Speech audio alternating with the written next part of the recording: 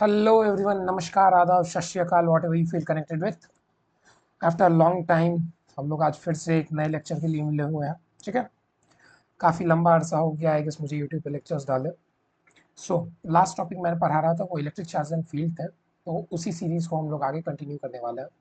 जैसा कि मुझे याद है, लास्ट टाइम मैंने 4 लेक्चर्स किए हुए थे जिसमें हमने फील्ड्स के बारे में जानकारी दी थी और 2 न्यूमेरिकल सीरीज हुए थे। सेम पैटर्न पे हमारा आगे भी सिलेबस कवर अप होगा। Okay, so this is lecture number 5 of electric charges and field. Okay, electric charge and field chapter का ये लेक्चर नंबर 5 है हमारा। और अगर आपको नोट्स चाहिए तो वो आपको कहाँ मिलेंगे? सिंप्लीफाइड टेलीग्राम चैनल पे। Okay, moving forward. ठीक है, देखिए आप देख लें एक बार फ्लैशबैक। 3-4 महीनों के बाद हम लोग आज फिर से मिल रहे हैं, तो एक बार फ्लैशबैक ले लें कि हमने अभी तक पढ़ क्या रखा है। Okay, just the first thing we have studied about is electric charges के बारे में हमने पढ़ रखा है। ओके, इलेक्ट्रिक चार्जेस के बारे में हमने पढ़ रखा है, इसकी प्रॉपर्टीज़ के बारे में पढ़ रखा है कि चार्जेस के ट्रांसफ़र कैसे होते हैं, इनके बारे में हमने पढ़ रखा है कि चार्जेस कैसे ट्रांसफ़र होते हैं, चार्जेस की प्रॉपर्टीज़ क्या हैं, लाइक चार्जेस रिपेल करते हैं। ठीक है, इस सब के बारे में हमने पढ़ रखा है। Okay, this was second topic our second topic was Coulomb's law. Okay, this was our second topic I guess, Coulomb's law, जिसमें हमने देखा था दो चार्जेस अगर रखे हुए हैं रेस्ट पोजीशन पे तो वो दोनों एक दूसरे पे कितना फोर्स लगाएंगे, इसके बारे में हमने Coulomb's law में देखा। इसके वेक्टर फॉर्म के बारे में हमने देखा था आगे चल के। Okay, third topic which we covered is electric field. Electric field को मैंने डिफाइन किया था कि व्हाट इज फील्ड। फील्ड का कॉन्सेप्ट किसने दिया था? फील्ड का कॉन्सेप्ट हमें पता है, माइकल फैराडे ने दिया था, जिसके बारे में हमने बात किया हुआ था। ओके, इसके बाद हमने आगे डाइपोल के बारे में पढ़ रखा था। ठीक है, इलेक्ट्रिक डाइपोल क्या होता है? आई गेस इलेक्ट्रिक डाइपोल के बारे में मैंने पढ़ा रखा था और उसके कारण से हमने फील्ड निकाला था दो जगह पे, एक्सियल लाइन पे और इक्वेटोरियल लाइन पे। मैंने बोला था थीटा एंगल पे भी मैं निकालवाऊंगा, बट वो बोर्ड पॉइंट ऑफ व्यू से इंपॉर्टेंट नहीं रहेगा। वो हमारे लिए किस लिए होगा? वो हमारे लिए लेक्चर मतलब न्यूमेरिकल पॉइंट ऑफ व्यू से इंपॉर्टेंट रहेगा, तो वो मैं करवा दूंगा आपको न्यूमेरिकल सीरीज में। ठीक है, लेक्चर सीरीज अलग चलेंगे, जो बोर्ड पॉइंट ऑफ इंपॉर्टेंट है, बोर्ड के लिए इंपॉर्टेंट है, वो लेक्चर सीरीज में कवर होंगे। और न्यूमेरिकल में जो भी एक्स्ट्रा एडिशनल नॉलेज होंगे वो मैं न्यूमेरिकल सीरीज में आपको दूंगा। ठीक है, बोर्ड के पीवाईक्यूज अलग से डील किए जाएंगे, सब कुछ। ओके, चलिए, इतनी चीज़ें हमने पढ़ रखी हैं पहले। ठीक, जो 4 लेक्चर्स हुए हैं पर्टिकुलरली उसमें मैंने इतनी टॉपिक्स कंप्लीट कर लिए हैं। ठीक है, आज हमारा 5वां लेक्चर है और आज हम लोग करने के वाले हैं electric line, electric field lines के बारे में पढ़ने वाले हैं। Okay, first thing, field lines के बारे में आई गेस मैंने पढ़ा रखा है पहले भी, बट फिर से एक बार देख लेंगे। इलेक्ट्रिक फील्ड लाइंस के बारे में मैंने उतना डीपली पढ़ा नहीं रखा था, तो उस इलेक्ट्रिक फील्ड लाइंस के बारे में पढ़ेंगे। उसके बाद what is electric flux, what do you mean bye Gauss law, Gauss law क्या है? और एक लास्ट टॉपिक हमारा पिछले क्लास से बच गया था, that is torque on a dipole. जब हम लोग इलेक्ट्रिक फील्ड में एक डाइपोल को प्लेस करेंगे तो वो क्या करेगा? घूमना शुरू करेगा, वो टॉर्क लगाना शुरू करेगा खुद पे। तो उसके बारे में हमें पढ़ाई करनी है। Okay, just a minute guys, I am getting a phone call. So हम लोग क्या बात कर रहे थे कि टॉर्क हम लोग को पढ़ना है। ठीक है, जो हमारा लास्ट क्लास से कैरी फॉरवर्ड होगा, पिछले क्लास में हमने छोड़ दिया था टॉर्क के बारे में, उसे हम आज कंप्लीट करने वाले हैं। ठीक है, इलेक्ट्रिक फील्ड लाइंस हम लोग ये पहले पढ़ चुके हैं। ठीक है, ये बात मैं आपको बता दे रहा हूँ, लेक्चर लेक्चर 3 में आएगी, लेक्चर 3 या 4 में मैंने इलेक्ट्रिक फील्ड लाइंस के बारे में पढ़ा रखा है। ठीक है, सो मैं उसको ब्रीफली आज डिस्कस करूंगा, जो इंपॉर्टेंट पॉइंट्स मुझे लगेंगे उसको हम लोग डील करेंगे कि इंड्यूस करंट क्या होता है, उसके बारे में हम लोग डील करने वाले हैं आज की क्लास में। ठीक है, सो जो भी हमारे लिए शॉर्ट इंपॉर्टेंट नोट्स रहेंगे वही हम डील करने वाले। ठीक है, कॉन्सेप्ट किसके द्वारा किया गया था? इलेक्ट्रिक फील्ड लाइंस का, माइकल फैराडे के द्वारा। ठीक है, ये क्या है? मान लीजिए कोई भी चार्ज है। ठीक, आप इसके कारण इलेक्ट्रिक फील्ड कितना बन रहा है ये हम लोग कैसे डिनोट करते हैं? ये हम लोग मैथमेटिकली तो निकाल लेते हैं, ई बराबर एफ बाई क्यू। ओके, ई बराबर एफ बाई क्यू से हम लोग निकाल लेते हैं, बट उसको अगर हमें पिक्टोरियली रिप्रेजेंट करना होगा, मान लीजिए ये मेरा चार्ज पार्टिकल है। Okay, assume this is my charge particle, यहाँ पे कुछ फील्ड होगा उसका। अब ये फील्ड हम कैसे निकालें?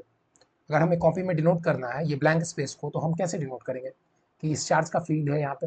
तो इसके लिए हम लोग क्या करते हैं, एक स्ट्रेट लाइंस ड्रॉ करते हैं इस चार्ज के अराउंड, जो इस चार्ज का फील्ड बताता है हमें। ठीक है, ये बस एक पिक्टोरियल रिप्रेजेंटेशन है इलेक्ट्रिक चार्ज का, नथिंग एल्स। ठीक है, और ये बात जान लीजिए कि ये कैसे लाइन्स है? इमेजनरी लाइन्स है। कैसे लाइन्स है? इमेजनरी लाइन्स है, use to represent, I guess video is clear. ठीक है, use to represent electric field pictorially. Electric field को पिक्टोरियली रिप्रेजेंट करने के लिए ये तरीका होता है। ठीक है, these are such smooth continuous curve that tangent drawn at any point gives the direction of electric field at that point। ठीक है, इसके बारे में मैं आपको बता चुका हूँ कि इलेक्ट्रिक फील्ड लाइंस पे अगर कहीं पे भी टेंजेंट हम ड्रॉ करते हैं तो वो हमें किस चीज का डायरेक्शन देता है? इलेक्ट्रिक फील्ड का या फोर्स का। इसके बारे में हम लोग देखने वाले, direction of electric field at that point. Just a minute, electric field at that point, इसके बारे में हम लोग आगे जस्ट पढ़ने वाले हैं प्रॉपर्टीज में। ठीक, properties of electric field line. ओके, properties of electric field lines, ठीक है। चलिए, coming to the first property, what is the first property, they originate from positive charge and terminate as negative charge, ठीक है। यानी कि पॉजिटिव चार्ज से क्या करेंगे, ओरिजिनेट करेंगे। मान लीजिए ये मैंने एक पॉजिटिव चार्ज बनाया है, ठीक है, तो यहाँ से फील्ड लाइंस क्या करेंगे, ओरिजिनेट करेंगे, okay. These are the field lines originating, these are the field lines originating from a positive charge, ठीक है। और टर्मिनेट किस में करेगा, ये नेगेटिव चार्ज में। जस्ट अ मिनट, टर्मिनेट्स किस में करेंगे, नेगेटिव चार्ज में। नेगेटिव चार्ज कैसे होंगे, टर्मिनेशन वाले एंड होंगे, ठीक है। ये हमारा हो गया टर्मिनेशन एंड, ठीक है। ऐसे कुछ फील्ड लाइंस होंगे, और भी फील्ड लाइंस आप ड्रॉ कर सकते हैं एज यू विश। ये इमेजिनरी लाइंस है, जस्ट रिप्रेजेंटेशन है। इसके मैं एक पिक्टोरियल रिप्रेजेंटेशन आपको मैं दिखा दूंगा, इसका मैं इसी वीडियो में, इसी के लेक्चर के बाद, इसी के बाद मैं अटैच कर दूंगा इस वीडियो के बाद, ठीक है। चलिए देखिए, this diagram represents electric field line due to a positive charge, okay. जैसा कि हम लोग जानते हैं कि पॉजिटिव चार्जेस के फील्ड लाइंस कैसे होते हैं, डाइवर्जिंग होते हैं, ठीक है। So these are the diverging field line, diverges outside the plane, okay. ये आपस में बाहर की तरफ, चार्जेस से दूर की तरफ फैल रहा है, ठीक है। अब जैसे जैसे हम मैग्नीट्यूड ऑफ चार्ज बढ़ाएंगे, जैसे जैसे हम मैग्नीट्यूड ऑफ चार्ज को इंक्रीज करेंगे, ठीक है। जैसे मैंने 1 कूलम चार्ज लिया, ओके, इमेजिन मैंने 1 कूलम चार्ज लिया, तो उसके कारण से 4 फील्ड लाइंस निकल रहा है।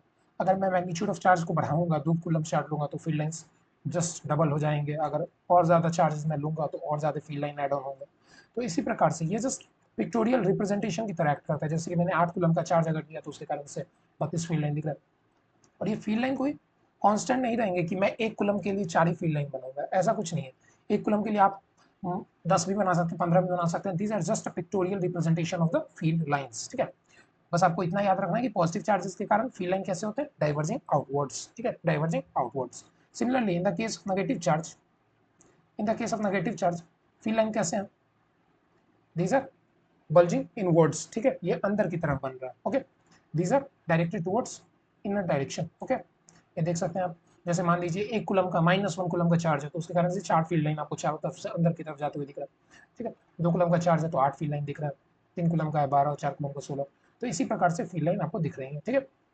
हाँ, so they originate from positive charge, ठीक है। ये पॉजिटिव चार्ज से ओरिजिनेट करते हैं और नेगेटिव चार्ज में टर्मिनेट करते हैं। तो हमारा फील्ड लाइन कैसा बनेगा, positive charge acts as a diverging field, ठीक है, डाइवर्जिंग फील्ड, ठीक है। कौन सा, पॉजिटिव। पॉजिटिव चार्ज कैसे काम करेगा, डाइवर्जिंग फील्ड की तरह। बट नेगेटिव चार्ज कैसे काम करेंगे, नेगेटिव चार्ज कन्वर्जिंग फील्ड की तरह काम करेंगे, ओके, कन्वर्जिंग फील्ड की तरह काम करेंगे, ठीक है। अगर पॉजिटिव चार्ज नेगेटिव चार्ज के कारण फील्ड लाइन हमें ड्रॉ करना होगा, जैसे कि मान लीजिए एक इलेक्ट्रिक डाइपोल है, एक system of positive charge, this is my plus q charge, just a minute, let me draw it. Electric field to dipole अगर हमें ड्रॉ करना होगा, I guess this thing is clear, मैं ऊपर ही बनाता हूँ ऐसा, ठीक है। Electric field to dipole, electric field due to dipole अगर मुझे ड्रॉ करना होगा, ठीक है, तो मैं कैसे ड्रॉ करूँगा, I will draw positive charge, ठीक है। डाइपोल क्या होता है, equal and opposite charge separated by distance. ये मैं पॉजिटिव चार्ज, ये नेगेटिव चार्ज, ठीक है।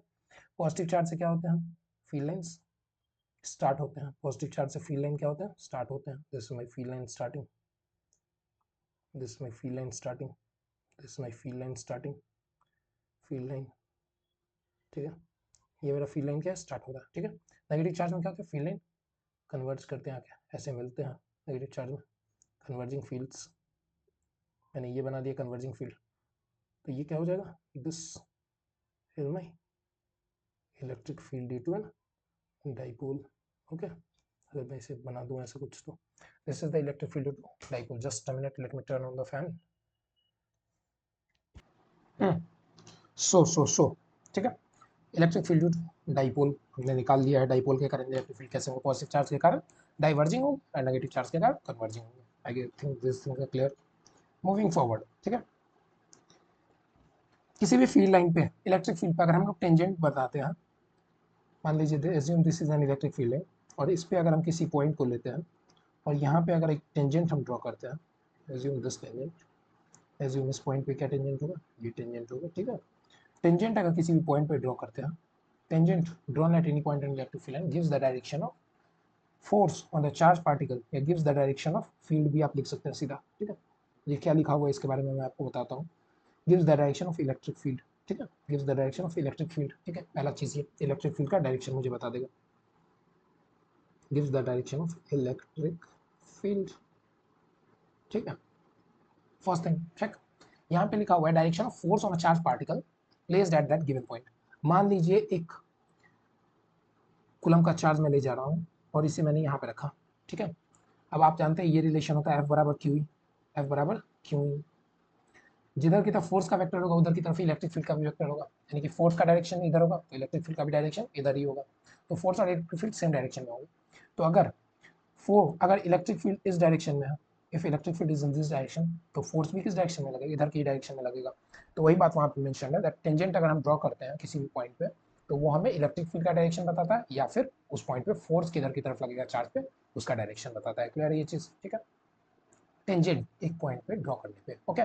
चलिए next point, two electric field lines can never intersect each other. दो इलेक्ट्रिक फील्ड लाइंस क्या करते हैं, कभी भी इंटरसेक्ट नहीं करते हैं, ठीक है। Assume this is my first field line, ठीक। Assume this is my second field line, ठीक है। ये दो फील्ड लाइन है, this is the point of intersection, this is the point of intersection. ऐसा सोचिए, ऐसा सोचिए कि यहाँ पे क्या हो क्या रहा, दो इलेक्ट्रिक फील्ड लाइन इंटरसेक्ट कर रहे हैं, यानी कि एक फील्ड लाइन क्या बोल रहा है, अरे भाई तू मेरे साथ चल इन this direction, move with me in this direction, this is my E1 electric field 1 1, ठीक है। एंड ये इलेक्ट्रिक फील्ड क्या बोल रहा, तू इधर चल E2, ठीक है। अब सर अभी जस्ट मैंने बताया तुम्हें कि इलेक्ट्रिक फील्ड एक पॉइंट पे, एक पॉइंट पे इलेक्ट्रिक फील्ड जिस डायरेक्शन में होगा उधर की तरफ ये चार्ज पार्टिकल पे क्या होगा, फोर्स लगेगा। अब मान लीजिए एक चार्ज पार्टिकल को मैंने उठा के ले गया, मान लीजिए ये प्लस क्यू चार्ज है, इसको मैं यहाँ से उठा के, इसको मैं उठा के यहाँ पे ले गया, ठीक है। इसको मैं यहाँ पे उठा के यहाँ पे ले गया, ठीक है।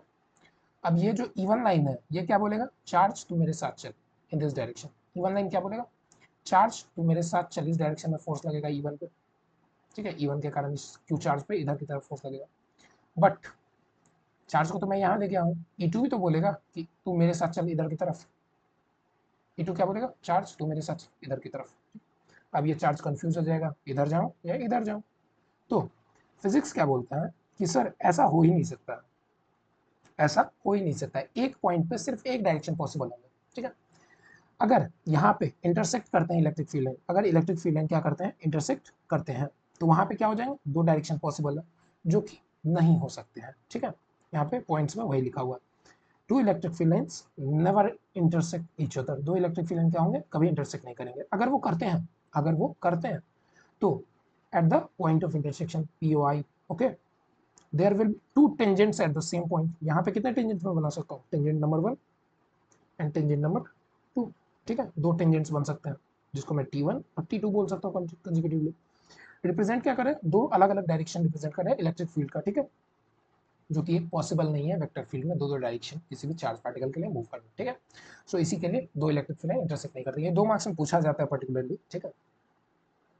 ये 10th से आप लोग पढ़ रहे हो, 10th में आपने पढ़ा होगा why to magnetic field line does not intersect each other. Same logic है, सेम रीजन है, ठीक है।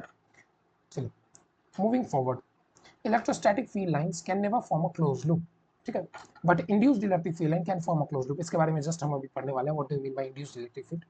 अगले पॉइंट में हम इसके बारे में चर्चा करेंगे, ठीक है। अभी के लिए क्या फर्स्ट पॉइंट इंपॉर्टेंट है that electrostatic field line can never form a close loop, कभी भी एक क्लोज्ड लूप नहीं बनाएंगे। What do you mean by close loop, I call this as a closed loop, यानी कि ये डायरेक्शन ये डायरेक्शन ये डायरेक्शन ये डायरेक्शन, ठीक है। This I call a closed loop, एक लूप फॉर्म हो रहा है, एक डायरेक्शन में लूप फॉर्म हो रहा है। इलेक्ट्रिक फील्ड को देखिए, इलेक्ट्रिक फील्ड, ये इलेक्ट्रिक फील्ड बना है प्लस चार्ज के कारण, ये नेगेटिव चार्ज के कारण। ये कैसा बन रहा है, इधर की तरफ, ये इधर की तरफ। क्या ये एक लूप बन रहा है क्या, नहीं सर, लूप बन रहा है तो दूसरे साइड पे दूसरे एंड का डायरेक्शन अलग है। इसको आप ऐसे समझिए, आई am calling this a loop, इसको मैं क्या बोल रहा हूँ, लूप बोल रहा हूँ। तो मैं इसको जब सुपर इम्पोज करूंगा, इसको मैं जब सुपर इम्पोज करूंगा इसके ऊपर, तभी तो मैं बोलूंगा इलेक्ट्रिक फील्ड लाइन लूप में मूव कर रहा है। बट ये डायरेक्शन कहाँ पॉसिबल हो रहा है, नीचे आप देख सकते हैं कि ये डायरेक्शन क्या है, उल्टा है, ठीक है। सो इसी के लिए बोला गया इलेक्ट्रिक फील्ड लाइन कभी भी एक कंप्लीट क्लोज लूप नहीं फॉर्म करेंगे, they do not form a complete closed loop. यहाँ पे मैं आपको लूप बना के दिखा देता हूँ, this is called a loop, but ये कंप्लीट क्लोज्ड लूप नहीं बनेंगे, ठीक है, कभी नहीं। ओके चलिए, electrostatic field lines never exist inside a conductor, ठीक है, फील्ड लाइंस कभी भी कंडक्टर के अंदर एग्जिस्ट नहीं करेंगे, इसके बारे में हम लोग आगे और चर्चा करेंगे विश्लेषण कर, बट अभी के लिए इतना समझिए कि कोई भी कंडक्टर मैंने बनाया है, ठीक, उसमें होता क्या है कि मान लीजिए ये assume this is I am drawn this conductor, ठीक है, ये मेरा कंडक्टर है, ठीक, let me copy this picture, ठीक है, मैंने ये कंडक्टर बनाया, ठीक है, मैंने ये क्या किया, कंडक्टर बनाया, ठीक।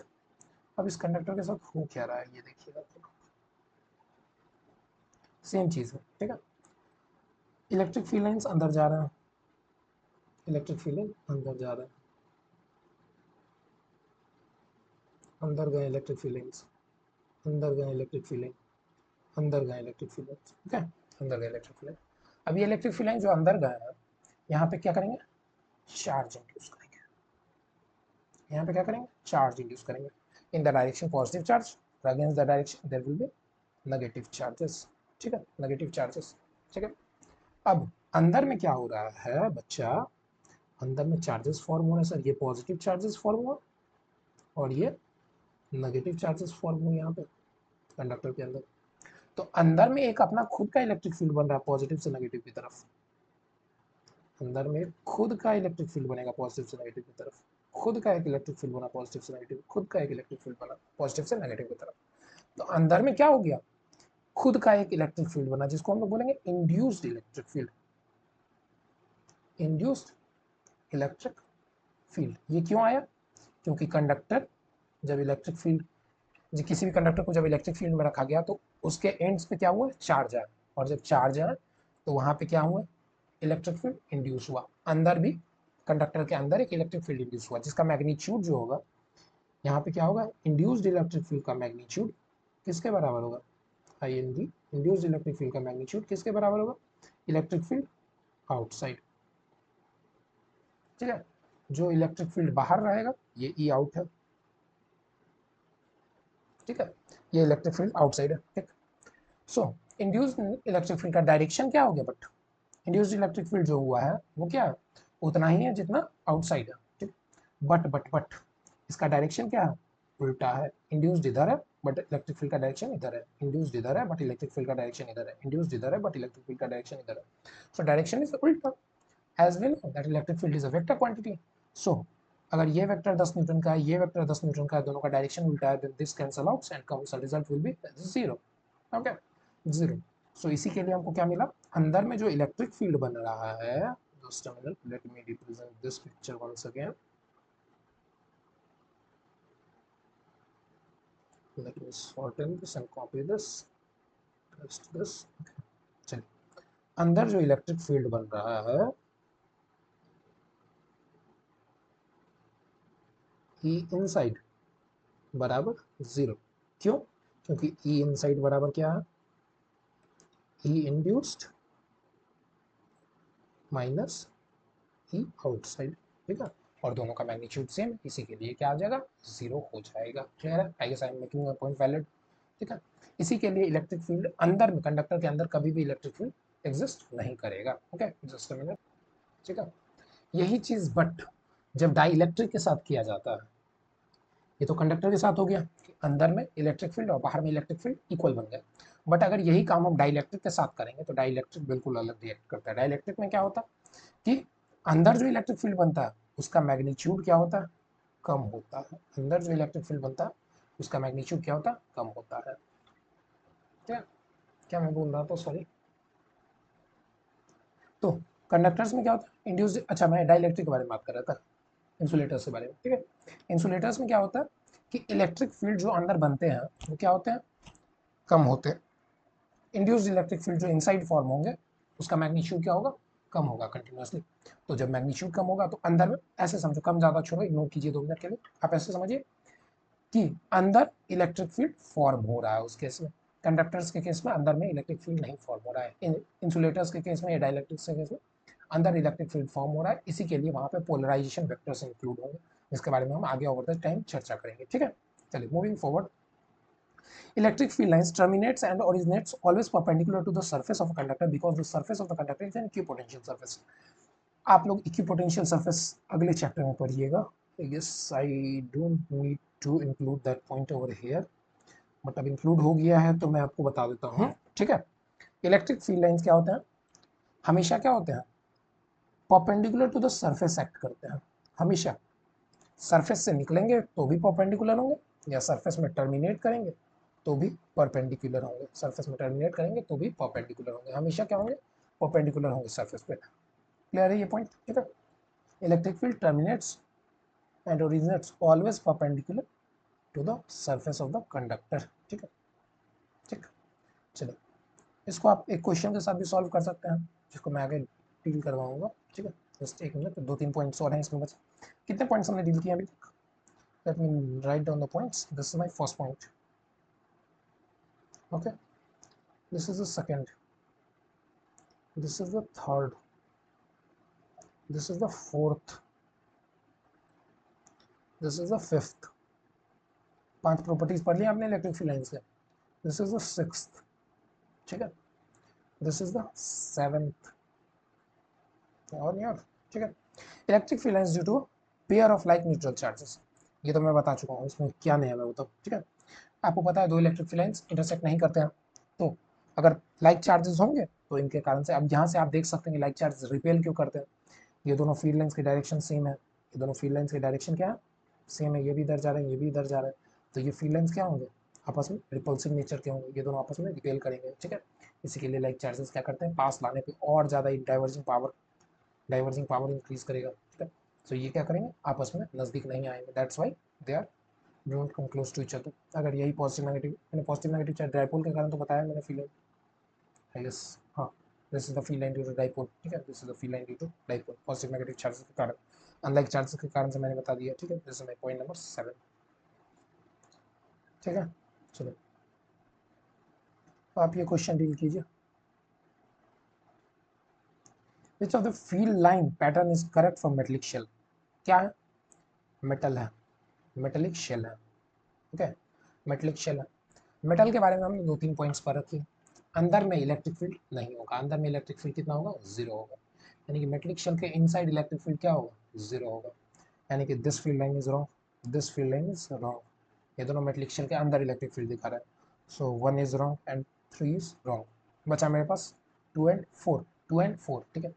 अब मुझे क्या जानना, अब मैंने एक और प्रॉपर्टी पढ़ा है कि फील्ड लाइंस क्या होते हैं, इक्विपोटेंशियल सरफेस की तरह एक्ट करते हैं, तो हमेशा क्या होंगे, सरफेस से परपेंडिकुलर होंगे, तो यहाँ पे परपेंडिकुलर हमें दिख रहा है 4th नंबर, ठीक है। So this is my perpendicular to the surface, that's why my correct option is 4, ठीक है, perpendicular to the metallic shell,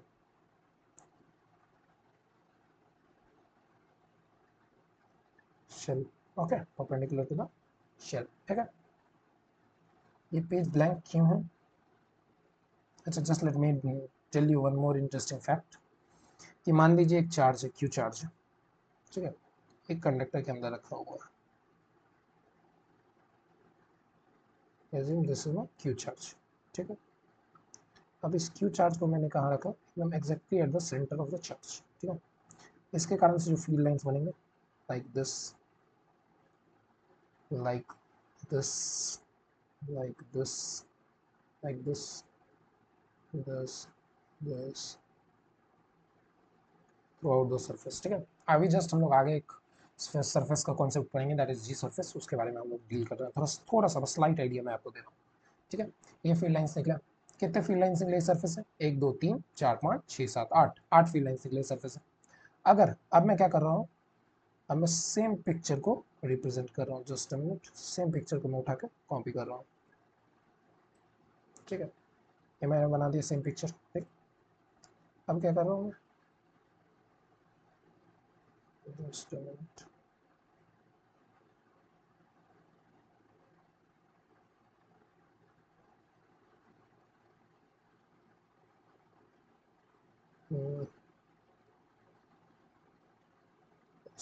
okay,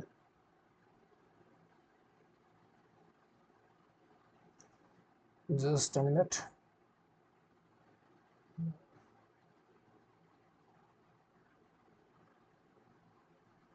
इतनी देर में तो मैं ड्रॉ कर लेता गाइस। चलिए कोई नहीं।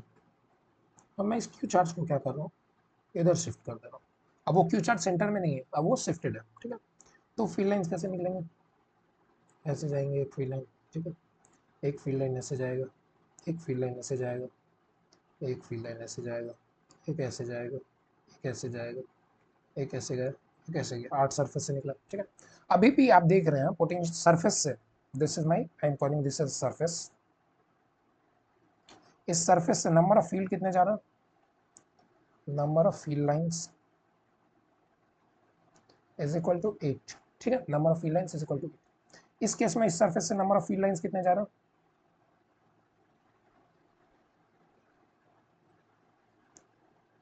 कितने, 8, 3, 3 6 एंड 2 8, ठीक है।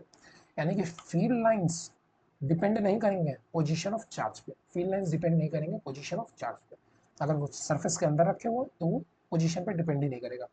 कब तक पोजीशन पे डिपेंड नहीं करेगा, जब तक वो सरफेस के अंदर रखा हुआ है, दैट इज, अगर ये चार्ज को मैं उठा के, इस चार्ज को मैं उठा के यहाँ कहीं भी घुमा दूँ सरफेस के अंदर, जब तक मैं घुमा रहा हूँ तब तक फील्ड लाइन डिपेंड नहीं करेगा, फील्ड लाइन क्या होंगे, सेम होंगे, ठीक, क्लियर है।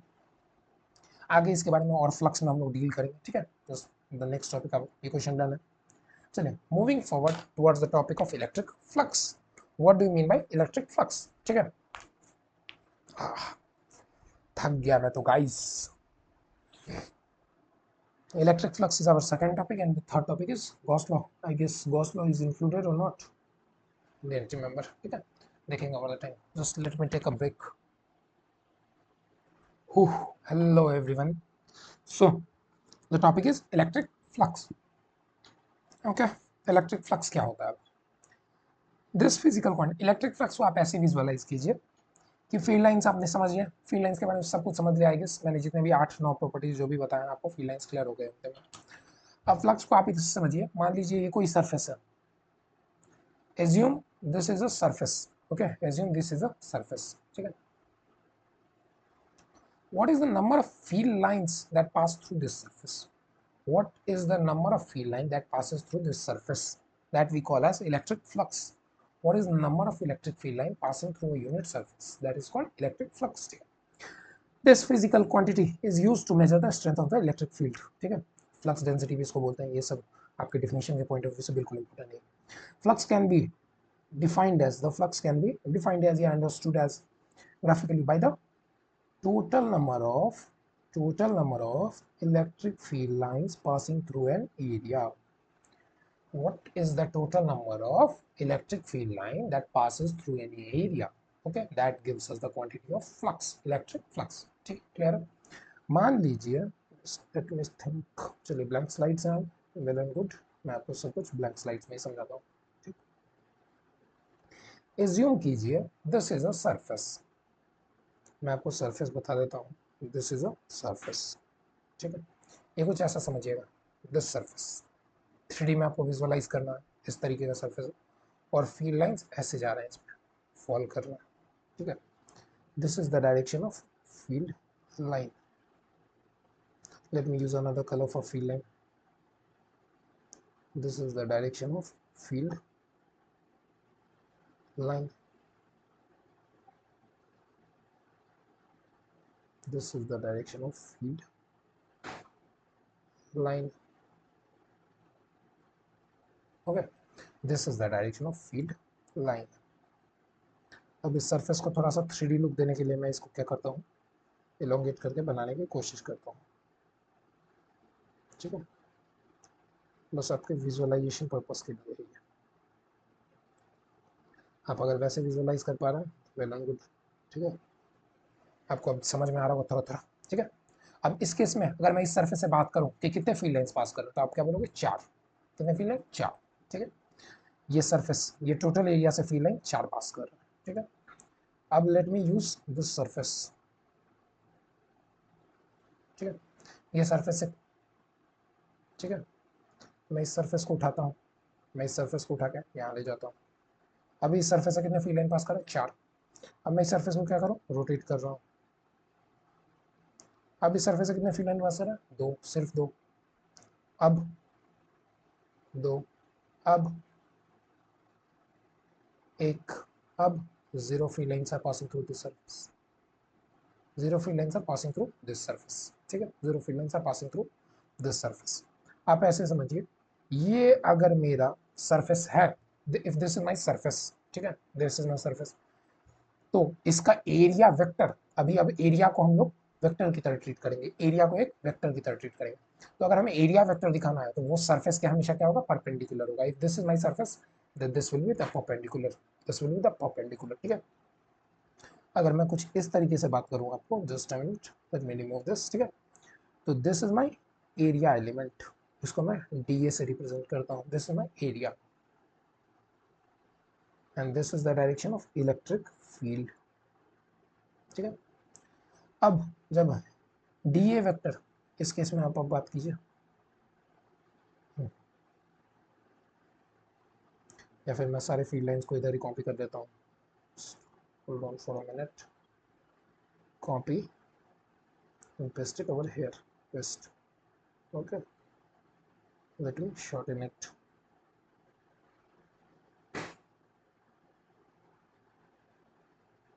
ठीक है। आप देखिए ये जो सरफेस है, इसको जब मैं रोटेट करवाता हूँ, जस्ट अ मिनट, इसको जब मैं रोटेट करवाता हूँ तो इस केस में कितने फील्ड लाइन पास करूँ, इस केस में जीरो फील्ड लाइन पास कर रहा हूँ, क्यों, तो इस केस में इसका एरिया वेक्टर किधर बनेगा, electric field vector is in this direction and area vector is in this direction D A, ठीक है। तो अगर मुझे इसे फॉर्मुलेट करना पड़ेगा तो मैं क्या बोलूँगा, ई और डी ए के बीच में एंगल अभी कितना है, ई और डी ए के बीच में एंगल कितना बचा, this is my E and this is my D A vector, इसके बीच में एंगल जब 0 डिग्री है, D A is in this direction, E is in this direction, D A और ए के बीच में एंगल जब 0 डिग्री है तो फ्लक्स मेरा क्या है, मैक्सिमम है, 4 लाइंस पास कर रही हैं, दैट इज मैक्सिमम फ्लक्स। और ई और डी ए के बीच में, E D A is my this and E is this, तो इस दोनों के बीच में एंगल कितना हुआ, 90 डिग्री परपेंडिकुलर, ठीक है। I guess this thing is not visible to you, let me shorten this, इसको मैंने किया छोटा, इसको मैंने किया इधर, अब ये चीज़ विजुअल होगा। अब इस केस में क्या हो रहा है बच्चा, इस केस में मेरा डी ए इधर है और फील्ड लाइन कितने हैं, 0 है, 90 डिग्री जब एंगल बन रहा है डी ए और ई के बीच में एंगल कितना है, 90 डिग्री है, तो फील्ड लाइंस कितने हैं, मैं मिनिमम फ्लक्स पास कर रहा है, that is zero, that is zero flux. तो इसके लिए अगर मुझे फॉर्मुलेशन की बात आएगी, let me denote electric flux by symbol that is called phi, that is called phi, ठीक है। इलेक्ट्रिक फ्लक्स को मैं किस सिंबल, फाई ई से आप इसको डिनोट कीजिए इलेक्ट्रिक फ्लक्स को, ठीक है, फाई ई से, ठीक। सो अगर मुझे फाई ई को डिनोट करना होगा तो मैं कैसे करूँगा, electric field lines passing through per unit area, ठीक है, and area as a vector quantity, अगर ये डी है this will be D phi, ठीक है। और मैं दोनों साइड को इंटीग्रेट करूंगा, then this will give me phi e is equal to closed integration of e dot dA, ठीक है, जैसे मैं, और इसी को हम लोग क्या बोल सकते हैं, phi e is equal to e, और dA का इंटीग्रेशन क्या होगा, a, ठीक है, या फिर इसी को हम लोग क्या बोल सकते हैं, phi बराबर e into a into cos theta, magnitude के टर्म में, ठीक है। This is the dot product of two vectors, that is E and A, that is E and A. This is the dot product of two vectors, okay. About the formulation, d phi को अगर मुझे लिखना पड़ेगा तो मैं phi के बारे में ही बात करता हूँ, ठीक है। phi बराबर मैंने क्या लिखा है, E डॉट, ठीक है, ये मैंने फ्लक्स के बारे में लिखा है, ठीक। चलो अब इससे मैं फ्लक्स के बारे में, this is my electric flux, flux के बारे में सब कुछ जानने की कोशिश करता हूँ। Flux, electric flux is a scalar quantity, ये चीज़ आप समझ रहे होंगे, दो वेक्टर का डॉट प्रोडक्ट क्या होगा, scalar quantity. Electric flux is a scalar quantity, electric flux is a scalar quantity, first point. Second point, second point, electric flux is a scalar quantity, electric flux को denoted by phi E होता है, ठीक है। इसमें unit, phi E का unit, unit क्या हो जाएगा, इलेक्ट्रिक फील्ड का unit is newton per coulomb, electric field का unit is newton per coulomb and area का यूनिट इज मीटर स्क्वायर। तो newton metre square per coulomb और newton metre square per coulomb is the unit of electric flux. Okay, moving forward, dimension। वो board के लिए ये सब important points हैं, ठीक है। बोर्ड में आपको यही सब ऑब्जेक्टिव क्वेश्चन जितने भी होते हैं उनमें ऐसे ही क्वेश्चन पूछे जाते हैं दैट इसका यूनिट क्या है, इसका डायमेंशन क्या है, पर्टिकुलरली स्टेट बोर्ड के एग्जामिनेशंस में, ठीक है। न्यूटन न्यूटन जैसे कि हमारा फ्लक्स हो गया, न्यूटन कूलम और मीटर स्क्वायर, यानी कि अगर इसका डायमेंशन लिखना है तो हमें सबसे पहले डायमेंशन किसका लिखना पड़ेगा, न्यूटन का। उसका डायमेंशन किसका लिखना पड़ेगा, कूलम का। उसके बाद डायमेंशन किसका लिखना पड़ेगा, मीटर स्क्वायर का, ठीक है। चलिए लिखते हैं एक एक करके। न्यूटन, न्यूटन से हम क्या रिप्रेजेंट करें, फोर्स, ठीक है। Newton is a unit, sorry Newton का डायमेंशन नहीं लिखना है, फोर्स का डायमेंशन लिखना है। फोर्स का डायमेंशन क्या हो जाएगा, M L T minus two. F बराबर है एम ए, मास, मास का, एम वन, और एक्सेलेरेशन का L one T minus two, L one में आपने पढ़ रखा होगा, ठीक है। न्यूटन बाई कूलम, कूलम का हम लोग क्या बोलते हैं, I T, I one T one या ए वन टी वन, ठीक है। मीटर स्क्वायर का क्या हो जाएगा, एल टू, ठीक। चलिए डायमेंशंस को कोलैप्स करते हैं और यहाँ पे मेरा फ्लक्स का डायमेंशन क्या आ जाएगा, this comes out to be M one L three T, this is one, और ये ऊपर जाकर कितना हो जाएगा, minus one T minus three and I minus 1. This is the dimension for electric flux. Okay, this is the dimension for electric flux. ठीक है, ये हो गया मेरा फ्लक्स का डायमेंशन। ये 3 पॉइंट्स हो गए फ्लक्स के बारे में, ठीक है। अब फ्लक्स के डिफरेंट केसेस के बारे में हम बात करते हैं। यहाँ की ब्लैंक स्लाइड सी क्या, अच्छा क्वेश्चन है, क्वेश्चन है, क्वेश्चन है, क्वेश्चन, चलिए देखते हैं। Cases, different cases, cases related to electric flux. अब इसमें कुछ नहीं करना है आपको, मैंने जो बता दिया वही करना है, बस मेरा काम है बताना। मैं एक बार फिर से बता दे रहा हूँ, रिकॉल कर दे रहा हूँ। As far as you know that bookish language is more important for your board examination.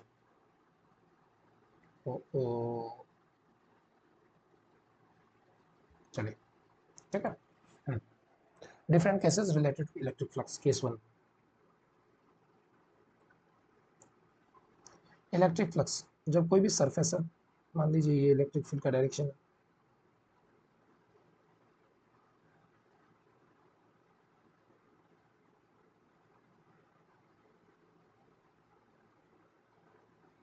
This is the direction of electric field, ठीक है। अगर इक्वल डिस्टेंस पे है दैट यूनिफॉर्म इलेक्ट्रिक फील्ड है, वो सब चीज़ आपको मैं बता चुका हूँ पहले ही, इक्वल डिस्टेंस पे तो दैट रिप्रेजेंट्स, और मैंने कोशिश किया इक्वल डिस्टेंस पे बनाने की, ठीक है। अब एक सरफेस ड्रॉ करते हैं,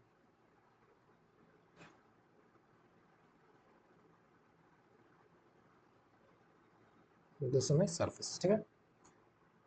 this is my area vector, this is my E vector, okay, this is my e vector and this is my a vector, ठीक है।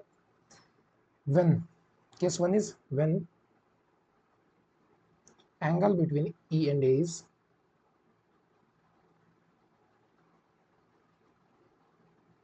e vector and a vector is 0 degree, ठीक है।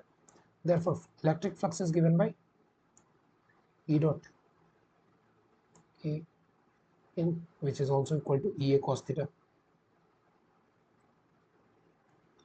Electric flux is equal to ea cos theta, cos 0 is 1, this thing comes out to be 1, cos 0 is 1, ठीक है।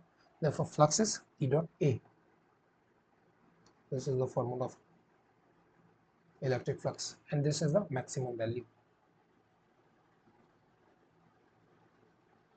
maximum value, ठीक है, maximum value, ठीक। similarly case 2,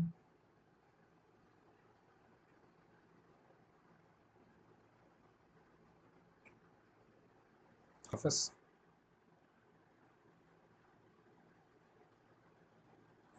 placed, this is my a vector, The angle between E and A vector is when angle between E and A is, I hope this thing is visible, 90 degree. Phi E बराबर E A cos 90. This thing is 0. Therefore, the formula is reduced to phi E बराबर 0.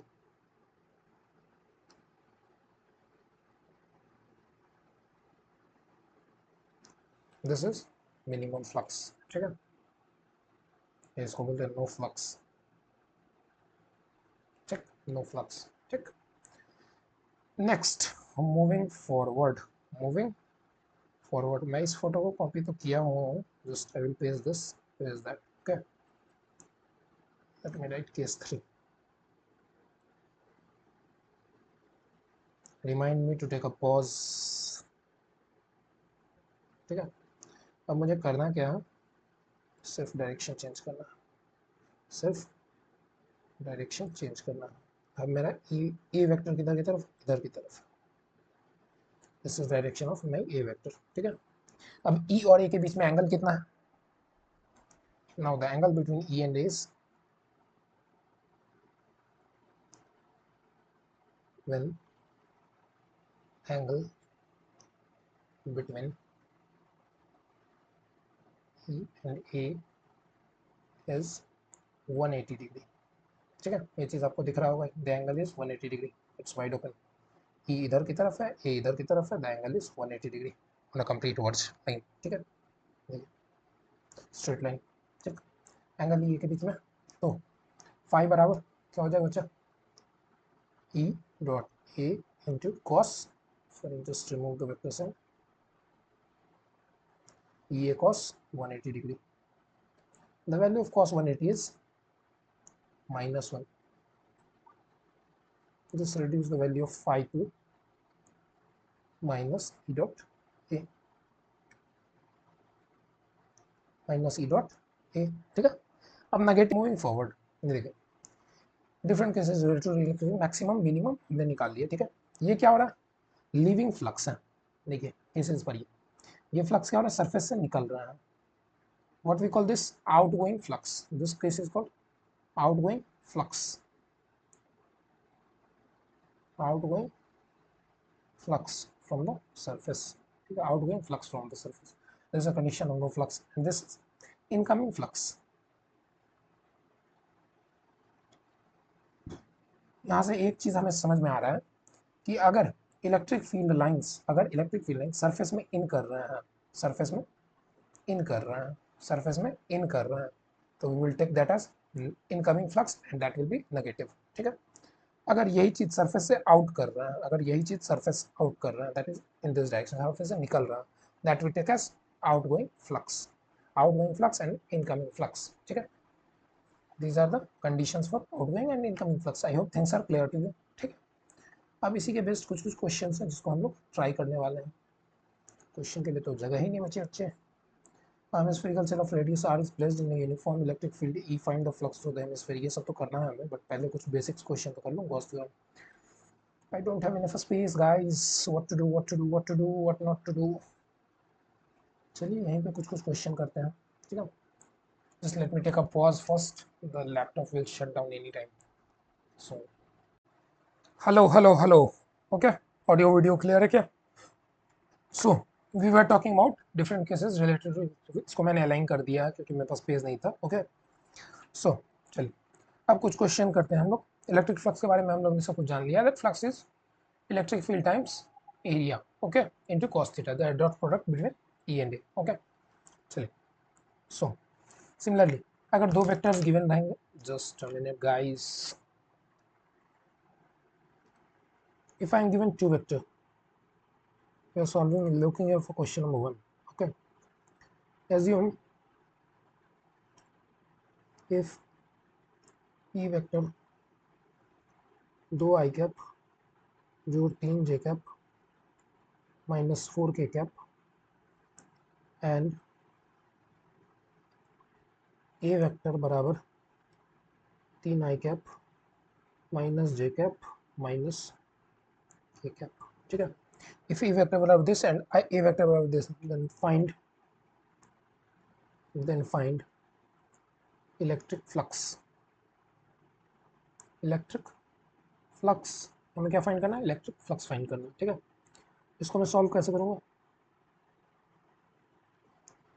Sir हमें पता है phi क्या होता है, ई और ए का डॉट प्रोडक्ट।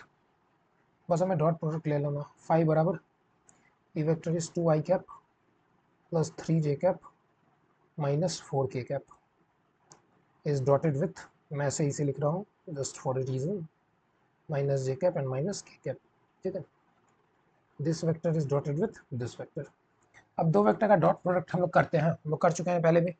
दो वेक्टर का जब भी डॉट प्रोडक्ट करते हैं तो we get, just a minute, दो वेक्टर का जब भी हम डॉट प्रोडक्ट करते हैं वी गेट, हम लोग क्या करते हैं, आई डॉट आई क्या होता है बच्चा? अब हर एक कंपोनेंट को हमको क्या करना है इंडिविजुअली, 2 आई कैप को पूरे से मल्टीप्लाई करना है, 3 जे कैप को पूरे से मल्टीप्लाई करना है, माइनस 4 के कैप को फिर पूरे से मल्टीप्लाई करना है, ठीक है।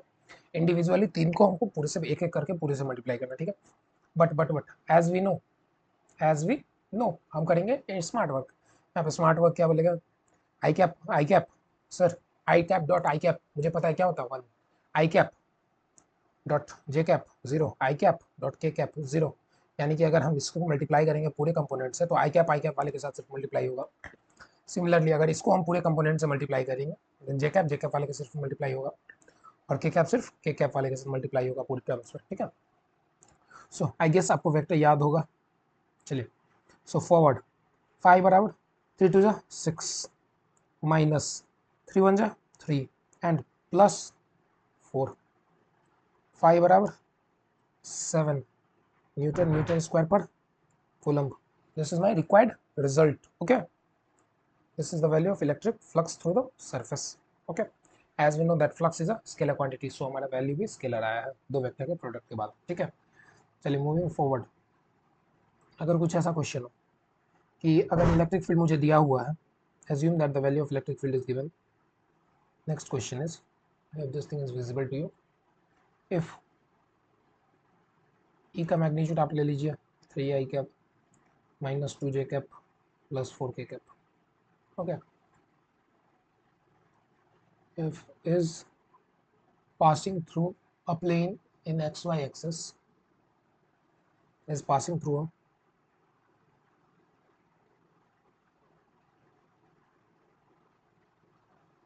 and passing through a plane in xy axis, then find flux through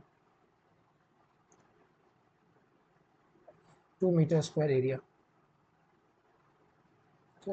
area की वैल्यू दी है 2 मीटर स्क्वायर, ठीक है। और मुझे क्या बोला गया, ये एरिया जो है 2 मीटर स्क्वायर, ये कहाँ रखा गया बच्चा? एक्स वाई एक्सिस में रखा गया है, एक्स वाई प्लेन में रखा गया, सॉरी प्लेन नहीं ना, passing through a plane in X Y axis, ठीक है। Passing through X Y plane ऐसे हमें लिखना चाहिए था। Don't go into the language, हम आगे बढ़ते हैं, ठीक है। सो इस प्लेन को हमने कहाँ रखा? एक्स वाई में, ठीक है।